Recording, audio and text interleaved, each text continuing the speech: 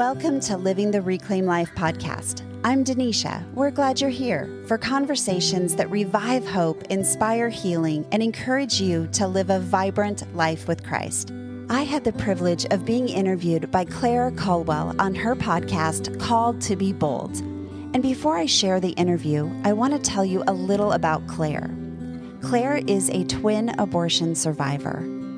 What that means is her mom was pregnant with her and her twin and chose to have an abortion. The abortion took the life of her twin, yet she survived. Claire was then adopted into a loving family and says that finding out that she survived an abortion never changed who she knew she was, wanted, chosen, and loved. Claire met her birth mother in 2009 who told her about her survival. Claire shares a hopeful message of forgiveness, redemption, and truth, exposing the humanity of the unborn baby and how abortion hurts women. She is an internationally known pro-life speaker and author. She's been featured on Fox News, Focus on the Family, and many other media outlets. Claire has recently written a book called Survivor, where she shares her story. And friends, it is hot off the press. It is available on Amazon, and you can find the link to the book in the show notes. You can also find her website and several other fantastic organizations that she and I talk about in this episode, including the Abortion Survivors Network, which is so close to our hearts. Be sure to check out the show notes, and we hope that you enjoy our conversation today. Welcome to Called to Be Bold with Claire Culwell.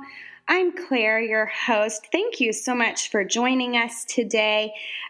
This is a mini-series called Meet Survivors that I am doing leading up to the release of my book called Survivor that releases to bookstores on April 27th. Really excited about that, but I am even more excited today that I get to introduce you to another abortion survivor.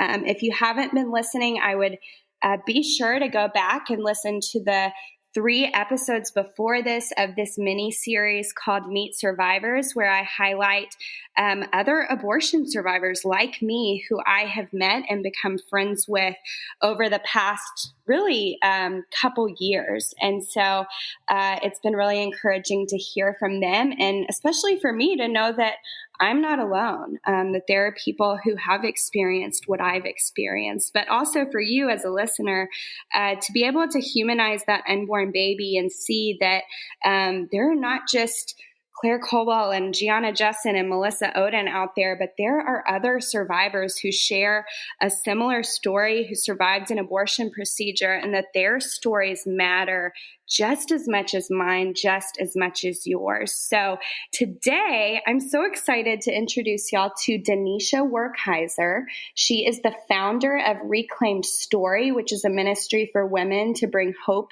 and healing to their story, to what they have experienced in their past, to their circumstances.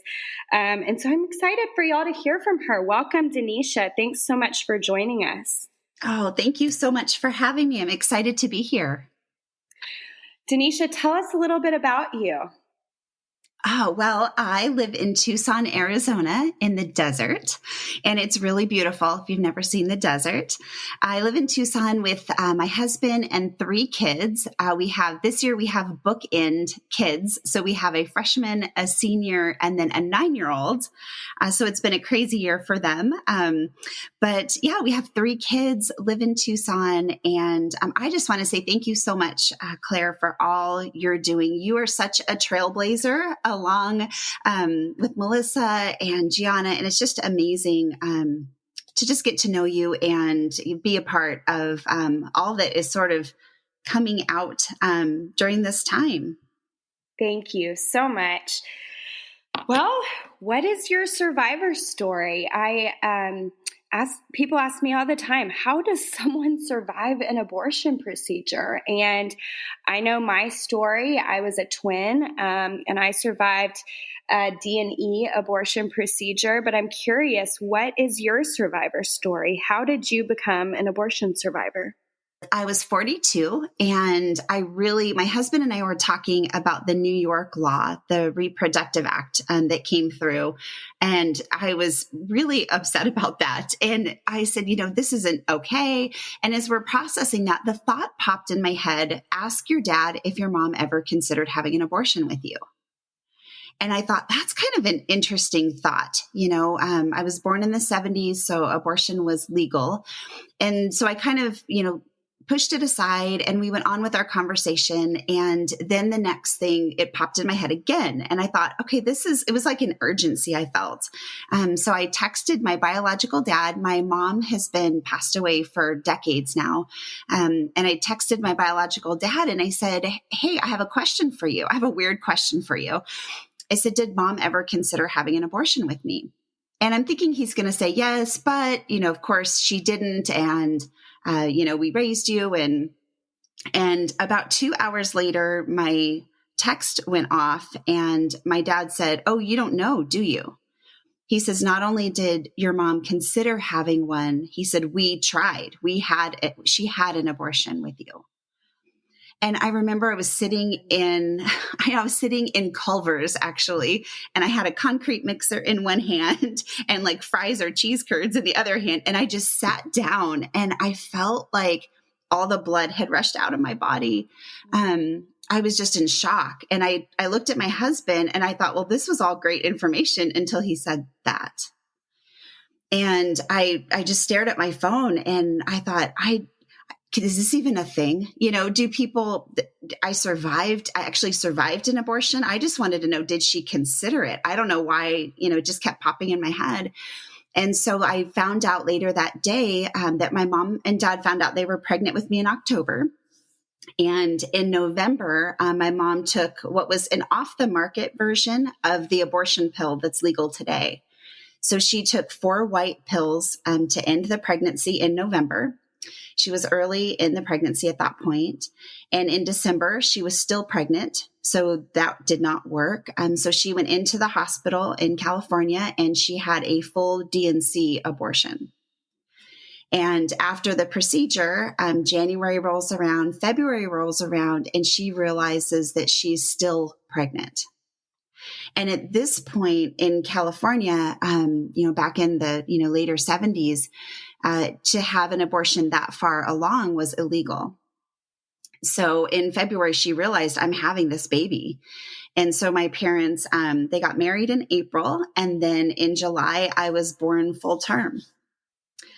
So that it's crazy to think about just how did all of that happen? How did the pills not work? Just all of that story to kind of take that in on that day a couple of years ago was a lot.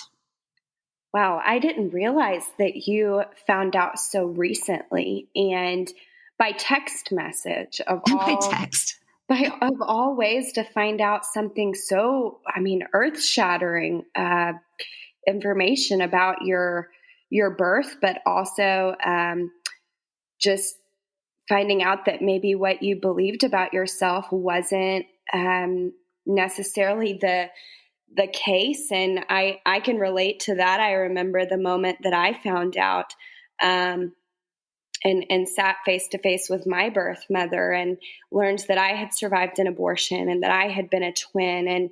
And just navigating something like that is so, I don't know, you can feel so alone, so rejected.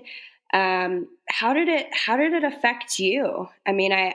You shared how it felt in that moment, but as you went home and you told, your family and your friends, and then eventually now you're sharing your story through Reclaimed Story and through the Abortion Survivors Network and providing healing and hope to so many other women and families who have difficult stories, difficult past, difficult realities that maybe they didn't know were true about themselves, that then they found out something earth-shattering like you did. So how did it affect you over the following weeks and months and years? Well, I think the first thought that hit me was, what's real? what's true about my life? Like I sitting in that moment and in processing over the next few weeks, the first thing I thought was like, what was real in my life? What else do I know? Do I believe one way, but is really another? Like I thought I was, wanted and loved. And I was, my mom and dad would refer to me as the miracle baby. And my dad said, that's why, honey, because we attempted to end your life twice and you were a miracle. And I thought, I just thought I was a miracle. Like all babies are miracles, right? And so I think having that narrative my whole life, like, oh, I'm a miracle. My parents loved me. And then finding out what was really true, just really, and you nailed it with rejection, the feeling of just rejection and a little bit, even though I wasn't abandoned, I felt like a little bit of abandonment, like, wow, what if it had worked? I think the ripple effect just started playing out in my head and I couldn't shut it off for the next couple of weeks. What if it had worked? I'm looking at my 3 children thinking they wouldn't be here if I wasn't here.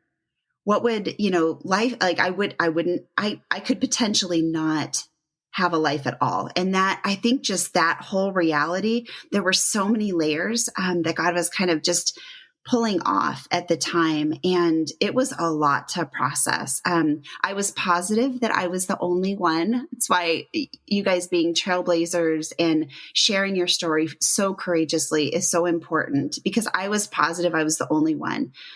And I remember one night sitting down at my computer and I remember it took a lot of courage because I was sure I was going to get all of these articles about how, no, this never happens. This isn't a thing. Survivors don't exist. And I typed in, do people survive abortions? And that's when I found the Abortion Survivors Network and found your story. And I was like, oh, I'm not alone. And that was huge. That's why so many of us share our stories so that people don't have to feel alone. And even bigger than us not being alone and sharing our birth circumstances with each other, I hope that people hear that they're not alone because God is with them in the depths of disparity, in the moments that are scary and uncertain and feel so unfair, which, I would say is the story of an abortion survivor. Nobody thinks they'll find something like that out one day about themselves. And when they do, it's definitely hard, but I hope that people know that God will make a way, and God is with us, and he wants to make something good out of something that was meant for evil. Something that struck me that you said is what your parents said to you. Your life is a miracle. And I vividly remember sitting across from my birth mother, and as she was crying and telling me her story, which is my story as well, that her deepest pain, something that she had not shared with anyone, she just kept saying, Claire, your life is a miracle. Your life is a miracle. I'm so sorry, but your life is a miracle. And in that moment, as I heard that, I had a choice to either be angry and just sit in my despair, kind of, which, I'm human. I've done that some. But I had a choice whether I heard her words of, your life is a miracle. And when she said that, what I heard was, God has a plan. This isn't an accident. His fingerprints are written all over your life. You can look back on your life and see that God has always been faithful, and he's always turned what was meant for harm, what was meant for evil, into something that's good. And so I'm curious, was there hope in that moment as well? As you found out that you survived an abortion, as you found out that you were rejected twice, not once, but twice, was there hope? And if there was, what did that look like for you? Well, the day that I found out, I had started Reclaimed Story. It started off as a blog. And I knew that it was going to end up being a ministry one day. I knew that it was going to grow, and I didn't have full vision for it. But my prayer, we had launched the blog the very month that I found out my survivor story. And over those 2 weeks between the two dates, I was praying, God, what do you want me to stand for? What do you want us to stand for with Reclaim Story? Obviously, we're going to stand for Christ, but I thought, what are we going to stand for? Are we going to get involved in freeing people from sex trafficking? Are we going to get involved with saving babies? What are we going to stand for? And that was my constant prayer. I had a prayer team praying for me. And so the day that I found out, the first thing that I thought was, my hope was, this is what I'm going to stand for. Because having a thought pop in my head, ask your dad if your mom ever considered having an abortion with you. I really believe, Claire, that was God, because I didn't want to know that. To be honest, I really didn't want to know this. And it's not a club that you want to be in. It's not something that you're looking forward to. Oh, I hope I find out that I survived, an attempt on my life. And so the hope for me was that God had a plan, exactly what you said. I remember we were at a hotel the day that I found out, and we were shopping and going to Culver's. And I remember sitting there, and the first thing I thought was, at first I was upset, and I thought, God, why would you reveal this to me? Why did I need to know this at 42? I have a whole lot of things I'm processing in my life, which is what led me to start Reclaim Story. But why do I need to know this? And the first thing I remembered was, you've been praying, what are you going to stand for? God, what are we going to stand for as a ministry? And so I knew at that moment, my hope was that I didn't understand my story fully, but that I knew God had a plan for my story in this season in culture. And so I think that really brought me hope. And it took a lot of wrestling to get there. I'm not going to say I was like, oh, I am a survivor, I'm going to use this for good. But the first thought, after I wrestled with my emotions, it was a hope of going, God didn't reveal this to hurt me. God revealed this to do something in it and through it. And I'm not my experience. And so that brought me a lot of hope. It gives me goosebumps just hearing you say that prayer that you'd been praying. What are you going to stand for? And then to see how God has been able to use your story. And I've only been able to see a little bit of how God has used you and your willingness to speak up and to serve and to be a part of the healing for so many people through the Abortion Survivors Network. And I know that you're also doing that through Reclaim Story. And it kind of, your prayer kind of leads into my next question of, what do you want people to know about abortion survivors? I mean, when you were asking God, what do you want me to stand for? Like you said, your intent was never to ask God, like, make me an abortion survivor and give me this platform to stand on truth. But he did that. He picked you. In fact, I look at it as an honor of a lifetime to be a survivor, and that God chose me and chose you and chose other friends of ours who are survivors to be able to speak truth and to stand on truth and to act on that prayer that you prayed. What are we going to stand for? And so I think that a lot of times people can see the importance of standing for truth, specifically on the life issue, through the abortion survivor. And so I want to know, what do you want people to know about abortion survivors, and how can that motivate them to stand for something that truly matters? That is such a great question. I would love people to know about survivors that we're not different than them. That, even as you're listening, like, you might think, that's not my story. I'm not a survivor.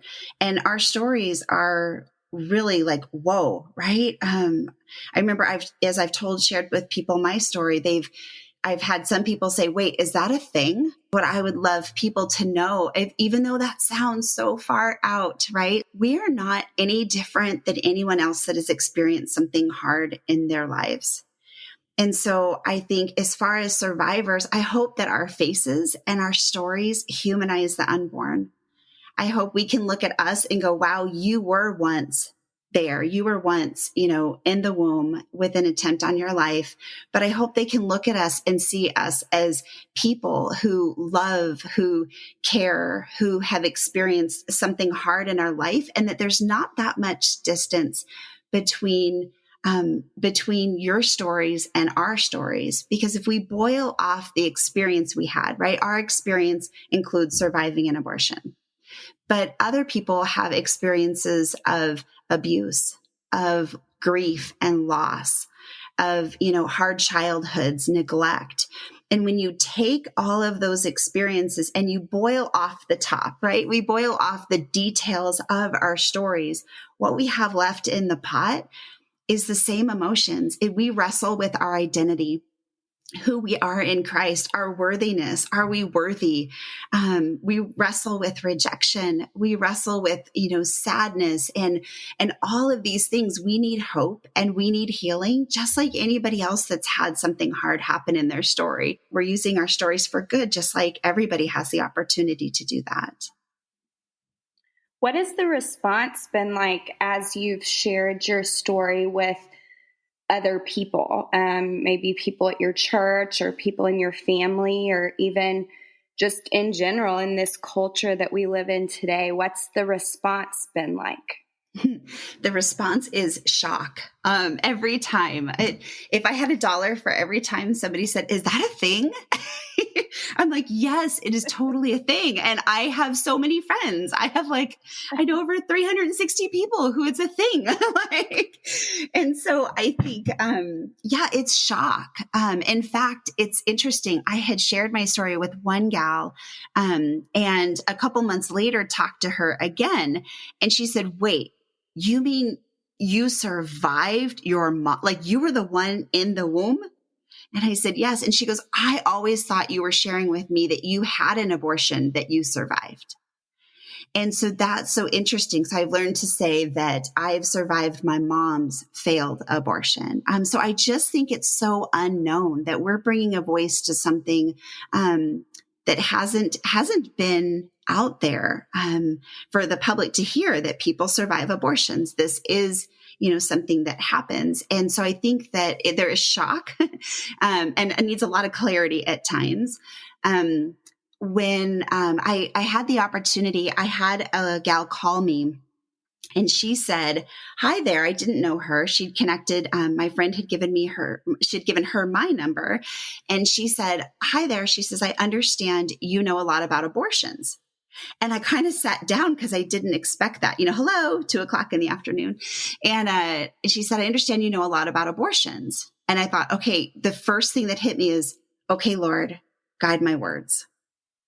And I said, "I do actually." And I said, "What's your name? And I'm so glad that you called me." And she said, she shared that she was pregnant and she was trying to decide on what type of abortion to have.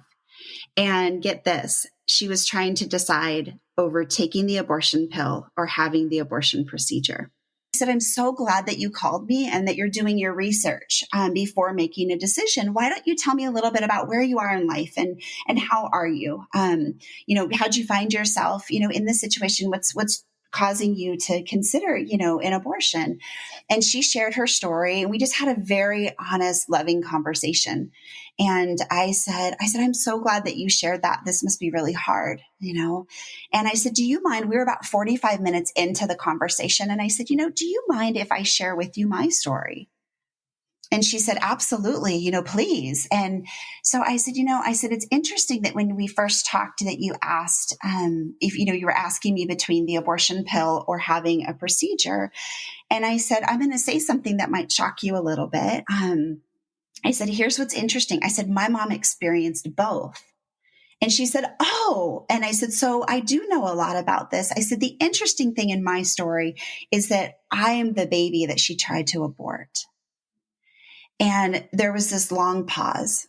And I said, I know that's a little shocking. And I did tell her in the very beginning, I said, my hope for you is that you choose life, but I will walk with you through this choice. I will walk with you. I'm so glad that we connected.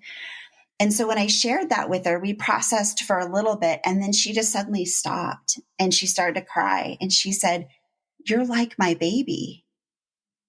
And I said, you know what, friend, I am. And I said, but you have an opportunity to make a different choice for your baby than my mom chose for me. Mm. And I said, the fact that I survived, I said, that isn't as common as, completing the procedure. And I said, you don't have to go through that. In this moment, I realized that God was going to use my story to impact her in the life decisions she was facing.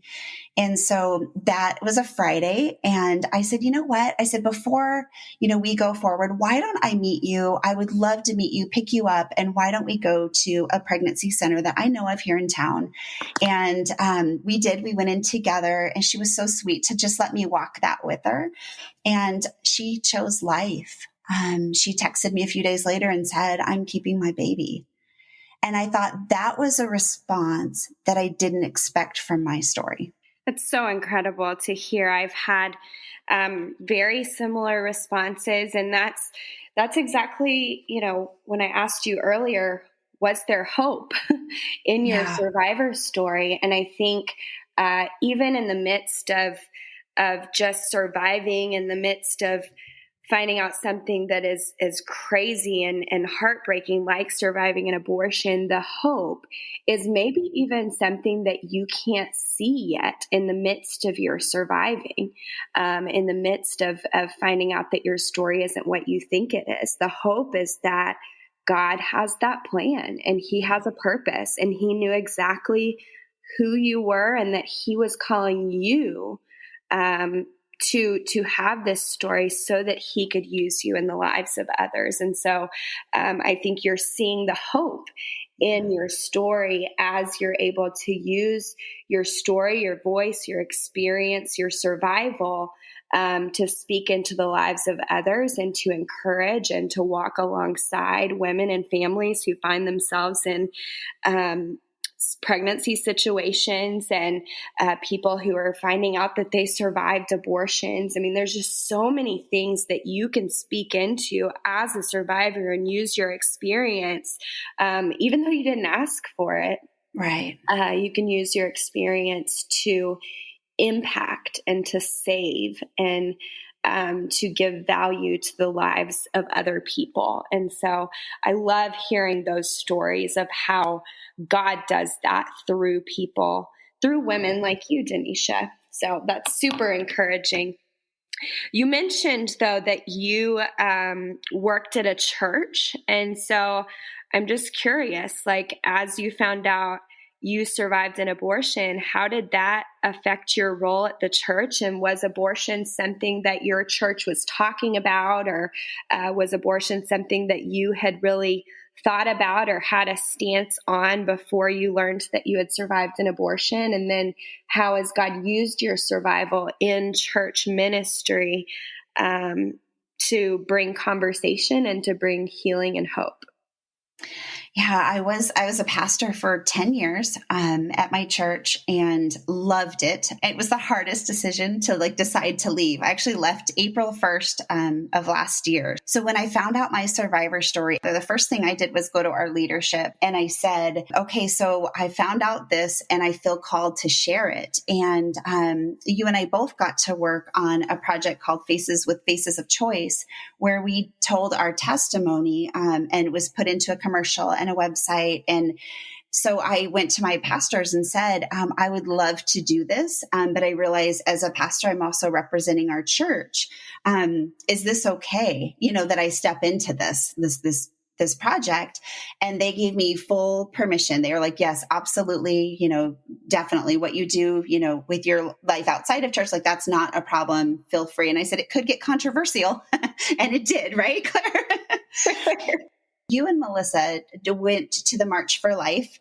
And when you guys unveiled the video and the project for Faces of Choice, which was so amazing, by the way. I sat at home and just cried. Oh, The two of you on that stage, I mean, the president walks off, you guys walk on. It was just such a moment as you guys represented survivors all over the world. Oh, it was such a moment. I was sobbing. wow. And I mean, I felt like you guys were standing there for all of us, and you unveiled the commercial, which just brought so much awareness to even the fact that there are survivors. So that happened at the March for Life, right? That was a Friday, I believe. And I've kind of compartmentalized my life, right? Like I'm starting to see God putting together my story and how he wants to utilize that. And then over here, I'm a pastor at our church and it's another day, and open up my car door, put my foot down on the pavement, and a woman came up to my car. And she said, Denisha, I saw your video. And all of a sudden, Claire, it was like two worlds collided. And I thought, I don't know what to do in this moment. Like, this was my project over here. Like, and then this is my like real life here. And whoa, it was like an explosion happened. Like, I was like, and I must have looked as shocked. I was like, okay, we're doing this today. Like, this is happening. And she said, thank you so much for sharing. And she said, I want to share with you. She says, I had an abortion and I've never told anybody. And all I could think of in that moment, Claire, was this lady was my mom. My mom passed away when I was 23, and I knew a lot of her secrets, but I never knew this one. And all I could think of is this woman standing before me is my mom. And my mom went 23 years of her life not talking about this, carrying this, raising me, waking up in the morning, taking care of me, looking me in the eye, knowing somewhere inside of her heart what had happened. And so looking at this woman, this compassion came over me. And I thought, I want to work with women that have had abortions. Like, that was such a strong feeling. Like, I just want them to know that they are loved, that Christ forgives and redeems, and that there is hope, that they don't have to carry that with them their whole life the way my mom did. And so all of that, like, that was such a moment. All of those emotions flooded me. And so we talked, and I hugged her, and I walked maybe 20, 30 feet before another woman came up to me and told me her story of experiencing an abortion. And I walked up to the stairs, and within an hour and a half, I talked to 4 women at my church who have experienced a personal abortion. And so that wrecked me. I remember I came home and just cried and just thought, are we talking about this as a church? So, thinking about our churches, we have Celebrate Recovery, right? If you've struggled with addiction, we have divorce care. If you've struggled with, had a divorce, we have all of these different categories, right? To say there's help for this. But what I wasn't seeing is a lot of help for women who have had abortions. This was my mom. And are we, as we look out on our churches in a Sunday morning, I think sometimes we might believe that doesn't affect our church. That's not something that's in our church. And I just want to say that, 1 out of 4 women have experienced an abortion.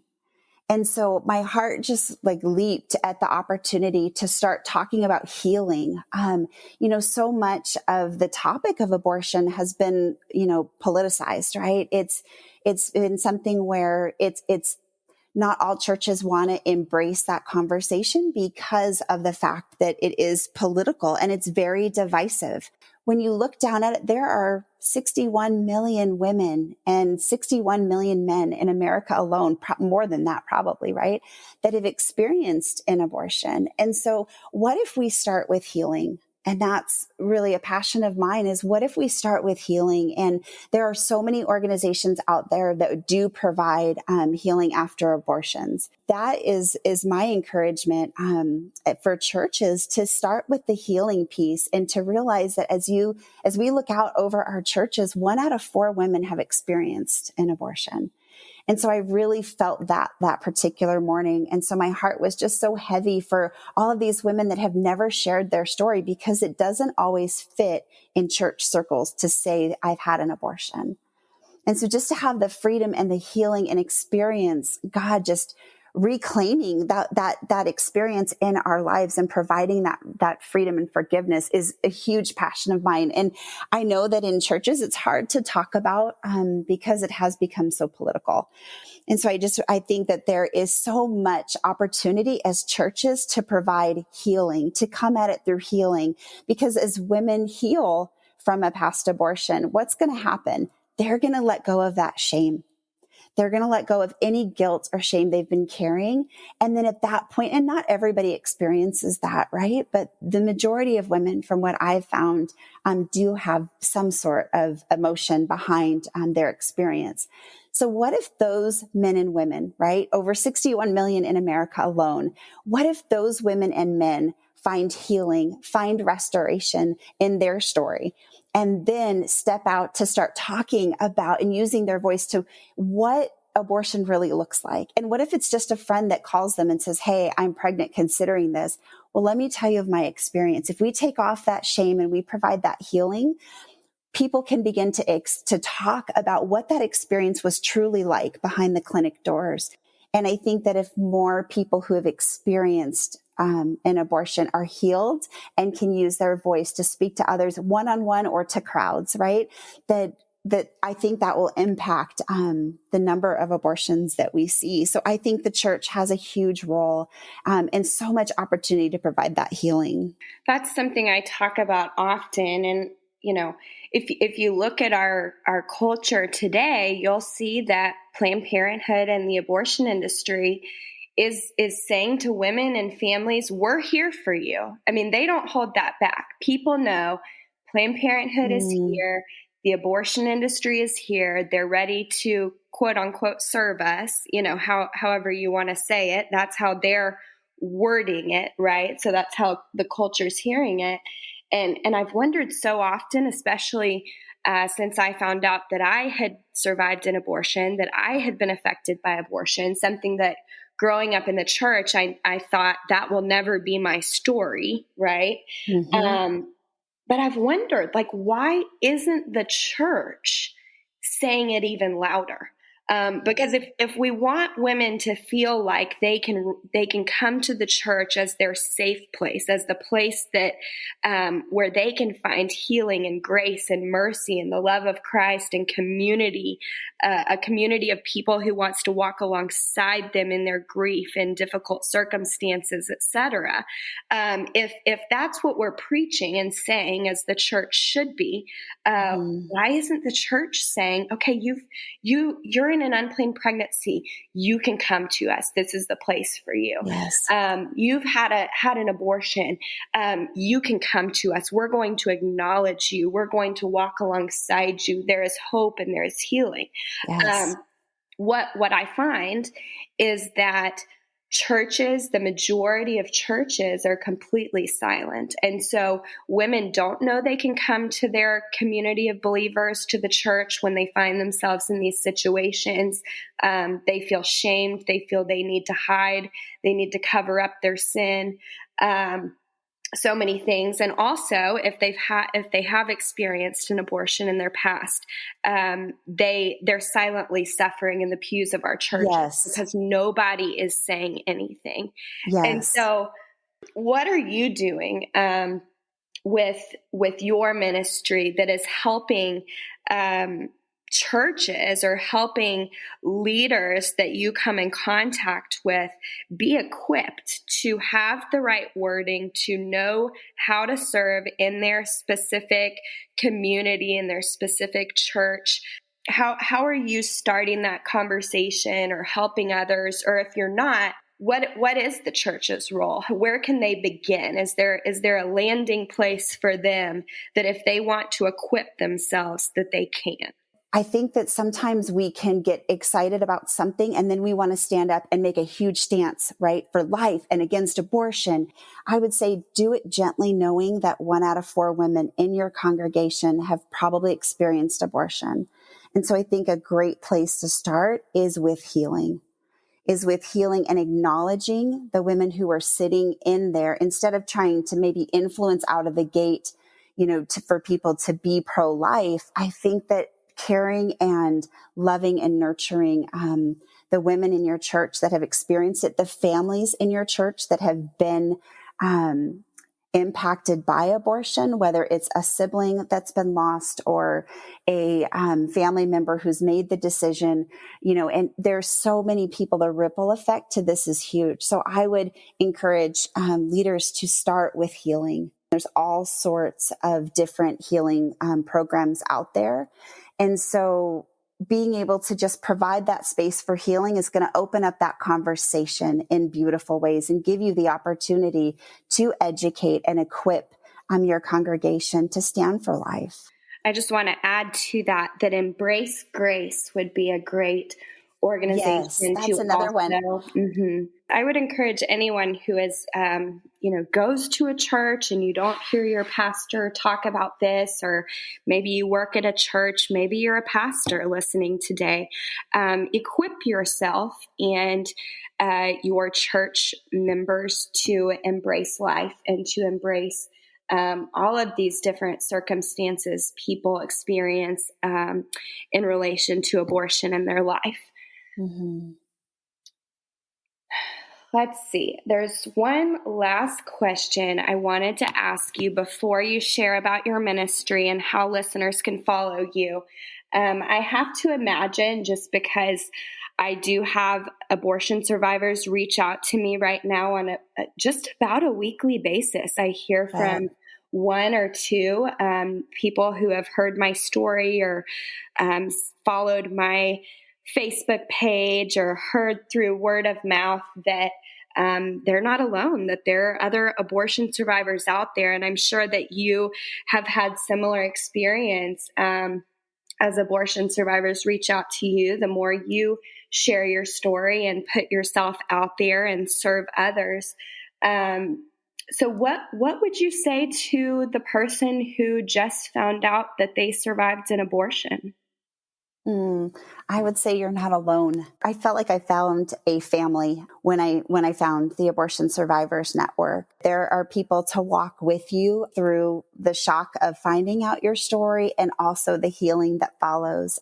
I lead the healing program for the Abortion Survivors Network, and we have biweekly groups. We have monthly meetings to just walk through that healing process with you. Take that step of faith and step out and reach out to another survivor. And Claire, you have your book Survivor coming out. And I think that is going to be just such an encouragement to not only, if you are a survivor, to know that you're not alone, but also to just the world to hear your story from the perspective of a survivor. So I would just say you're not alone, and you have a whole tribe, a whole family that would love to come alongside you. You are exactly right. I wish that when I found out that I survived an abortion, that I knew other people and that I had a community and that people asked me the questions that we as survivors need to be asked. Like, are you okay? How are you processing this? What does it mean that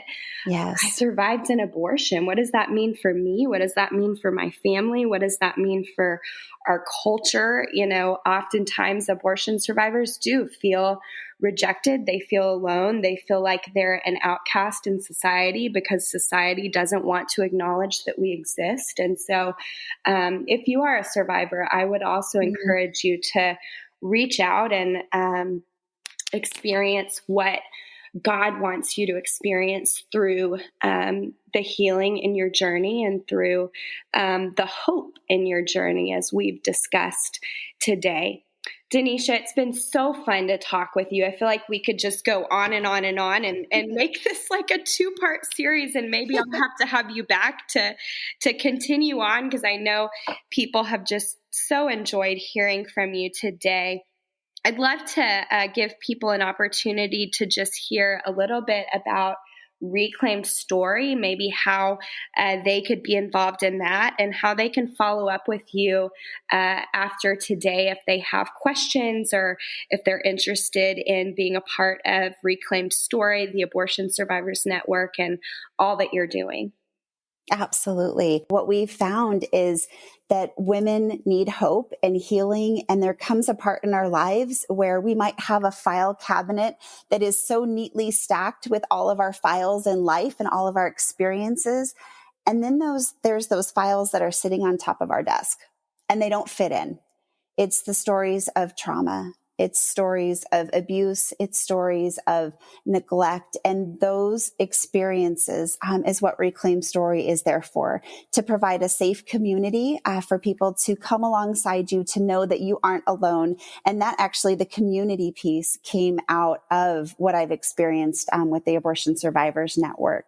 We want to encourage you to find hope and healing through a vibrant life with Christ. And that is our passion. So we also have a podcast, Living the Reclaimed Life. You can find us on all the podcast outlets. And our website is reclaimedstory.com. Wonderful. Well, thank you so much for joining us, Denisha, and thank you to all of our listeners for joining us. This wraps up our mini-series, Meet Survivors. I hope you enjoyed it. I hope you enjoyed hearing from other abortion survivors and their stories and their wisdom. I know that I learned so much just through their willingness to share with us. Thanks for listening. I pray you found hope in today's conversation and maybe even feel a little less alone in your story. Stay connected with us on Facebook and Instagram at Reclaimed Story.